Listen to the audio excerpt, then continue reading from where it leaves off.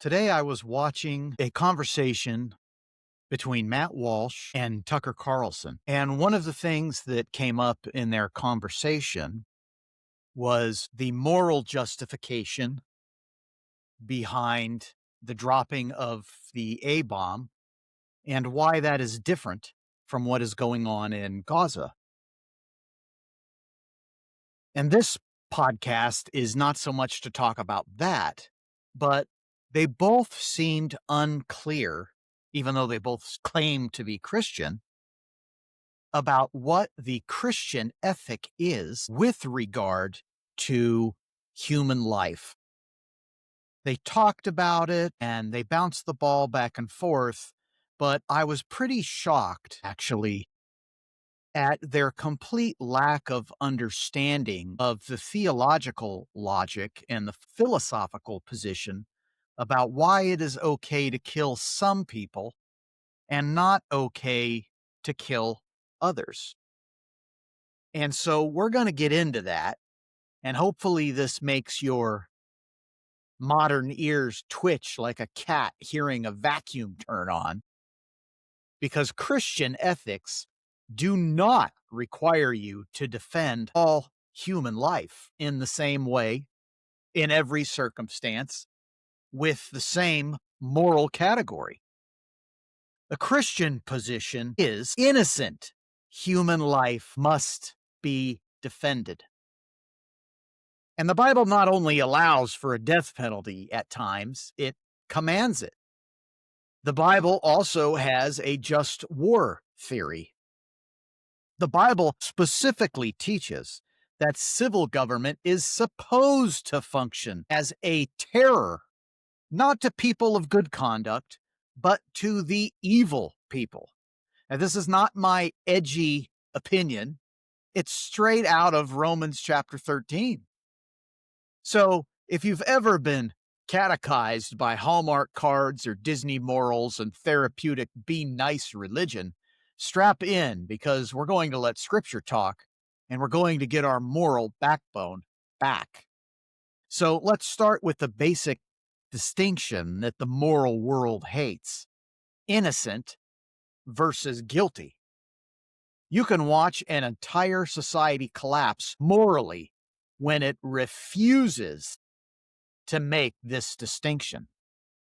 The command, "do not murder," and why innocent matters. The sixth commandment is a mistranslation. It doesn't actually say, "do not kill." What it means to convey is that you shall not commit murder. And Scripture clearly recognizes these different categories.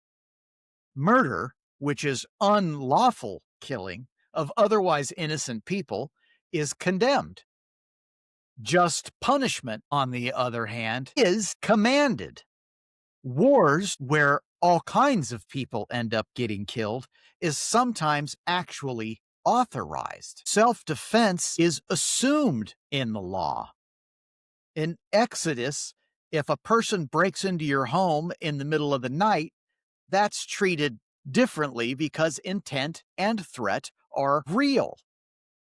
And the Bible is obsessed with one phrase that these modern moralizers barely use anymore, and that's the phrase innocent blood.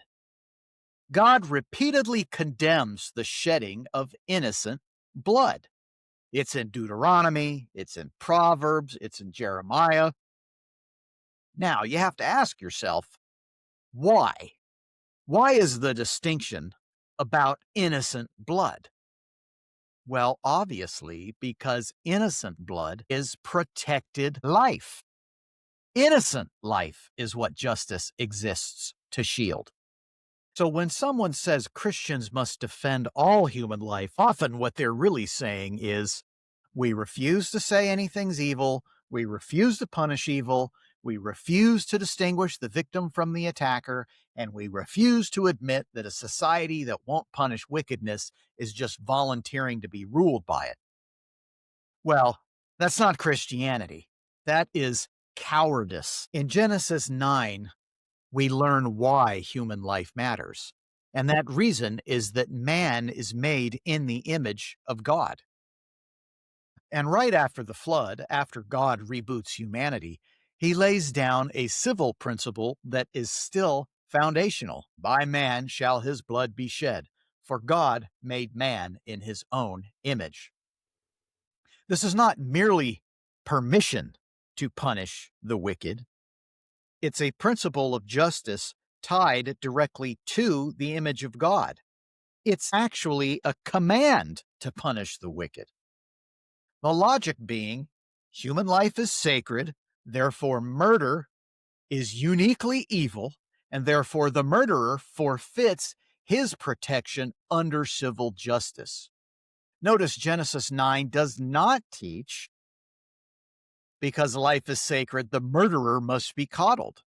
It does not say, because life is sacred, the state should not execute. It says the opposite. Because life is sacred, murder is so serious, the penalty has to be severe. A civilization that refuses to punish murder is not pro-life, it's anti-justice, which becomes anti-life in a few minutes. The role of government is not to serve as a giant hugs machine, it's a sword bearer. And now we're going to look at some passages that illustrate this, even if you think they're inconvenient. Romans 13. The rulers are God's servant and an avenger who carries out God's wrath on the wrongdoer. It says he does not bear the sword in vain. Sword, not feather, not therapy plushie, sword. And it explicitly frames government as fear-inducing to evil behavior. For the rulers are not a terror to good conduct, but to bad. So let the Bible say it. Government is supposed to be a terror to wickedness. Peter even matches this by saying the governors are sent to punish those who do evil and to praise those who do good. Punish evil. Praise the good. If your government punishes the righteous and praises the wicked, that's not neutral. That's literally upside down. This is what Isaiah warned us about. Woe to those who call evil good and good evil. So yes, the government should terrorize the wicked, meaning it should create fear in evildoers through real consequences so that the innocent can live our lives in peace. Now, this is not because the state is God, but because God has delegated a limited amount of authority to the civil magistrate. Now, of course, you can hear the liberals screaming, well, Jesus said, no, Jesus never abolished civil justice. People love to grab verses like a toddler grabbing a butcher knife, and they love to shout out, turn the other cheek, turn the other cheek. Well, yes, Jesus did command us to turn the other cheek, but that commandment is about personal retaliation for petty insults. The eye for an eye spirit inside your own heart wants revenge for even ridiculous petty things, and a slap across the face is just a petty insult. Jesus is saying, turn your cheek to ridiculous petty baloney. He's not saying, don't punish crime. Don't defend your family. Be a pushover. Jesus is not overturning the existence of courts, judges, civil penalties, prison, the death penalty. What he's trying to do is correct misuse, personal vengeance, and petty retaliation. How do we know this? Well, because the same Bible that records Jesus saying, turn the other cheek, also says the government bears the sword. It provides for judges, due process, how to interpret witness testimony. The innocent must be protected from false accusations.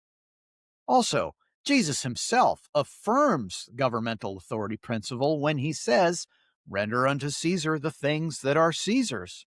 And when he's before Pilate, Jesus doesn't tell him you can't hurt me because hurting people is wrong. He says, the authority that you have was granted to him from above. So no, Jesus didn't create a world where criminals get free hugs and victims get lectures about forgiveness while bleeding out in the gutter. Christianity was not meant to be soft. Christianity was meant to be holy. And holiness includes justice. Now, what about defending innocent life? I mean, what's the reality here? Or is this all just slogans? Defending innocent life means we're not going to flatten moral categories. We don't pretend the rapist and the raped are morally symmetrical. We don't pretend the murderer and the murdered are equal claimants on society's protection in the same way. The Bible commands special protections for the vulnerable, the widow, the fatherless, the poor. It condemns perverting justice. It literally says, you shall not pervert justice. You shall not take a bribe. It demands impartial judgment. You shall not be partial, only justice. It requires proof on the evidence of two witnesses. So defending innocent life isn't vigilante chaos. It's not mobbed justice. It's not let's be wicked while punishing wickedness. The Bible's model is a lawful justice, not a bloodlust. God hates two things at the same time: the shedding of innocent blood and a society that refuses to punish evil. Proverbs says God hates the hands that shed innocent blood. That's right. It says God hates something. It hates hands that shed innocent blood. And Ecclesiastes warns us that when punishment is delayed, evil multiplies. Because the sentence against an evil deed is not executed speedily, the heart of the children of man is fully set to do evil. One of the reasons why the current system in the United States does not seem to be effective at preventing future crime is specifically because punishment is delayed. People who are justifiably given a death penalty in the United States are almost never actually put to death. And if they do, it's 20 years after the crime. This serves as no deterrent. And this is actually what that verse is referring to. If you don't have swift justice, you're going to have more evil, which means more victims, more "why is crime rising" articles, more bureaucrats, fewer consequences, and the whole thing just repeats over and over and over again until your society melts down. The death penalty is not anti-life, but it's pro-justice. The Bible allows the death penalty, grounds it in God's image and in the Mosaic Law, prescribes it for certain crimes, murder predominantly. Now, if you want to argue about how modern states implement it, well, that's fine. There may be some injustice in the system. Christians can debate the prudence and corruption, whether a given system has sufficient due process.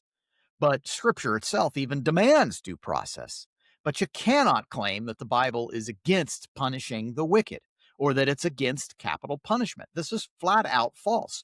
The Bible commands that the wicked be punished, and it commands that in certain instances, people do get put to death. The state's job is not to maximize the lifespan of the guilty at the expense of the innocent. The state's job is to do justice. And when justice is done properly, it teaches society what a human life is worth. Ironically, the death penalty, when justly applies, says human life is so valuable that taking it unlawfully is a crime worthy of the highest penalty. This is not a culture of death. That's a culture that actually understands what murder is. Now, here's a warning for Christians, especially in the United States.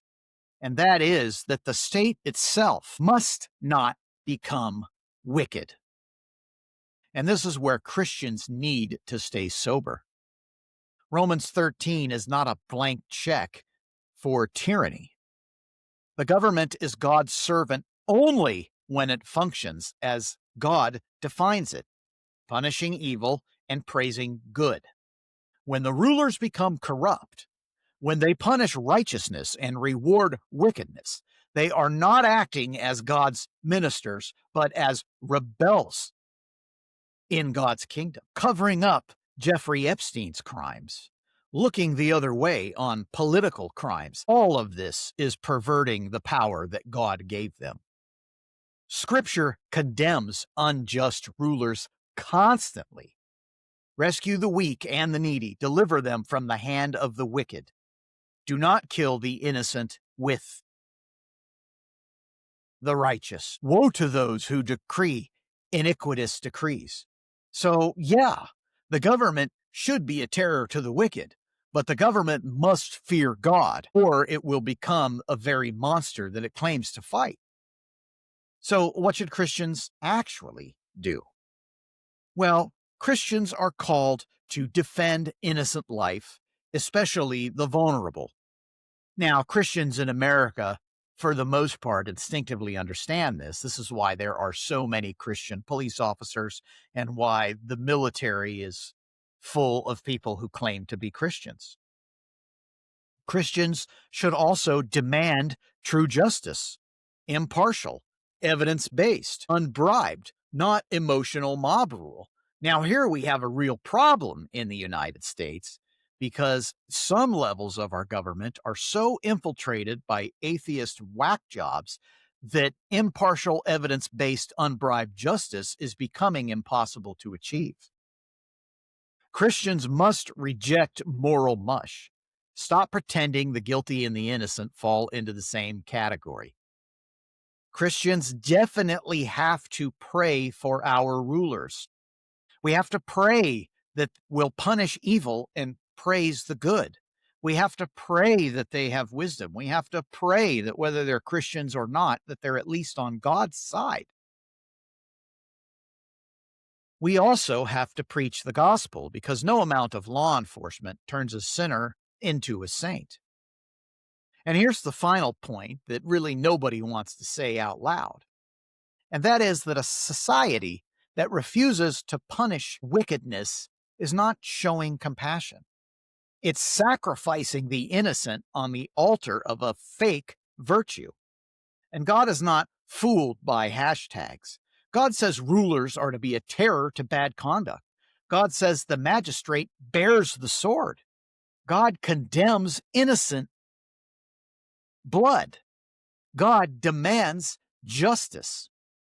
So the Christian position isn't defend all human life like a slogan that pretends evil doesn't exist. The Christian position is defend innocent human life and require that the government, under God, punish wickedness and uphold righteousness.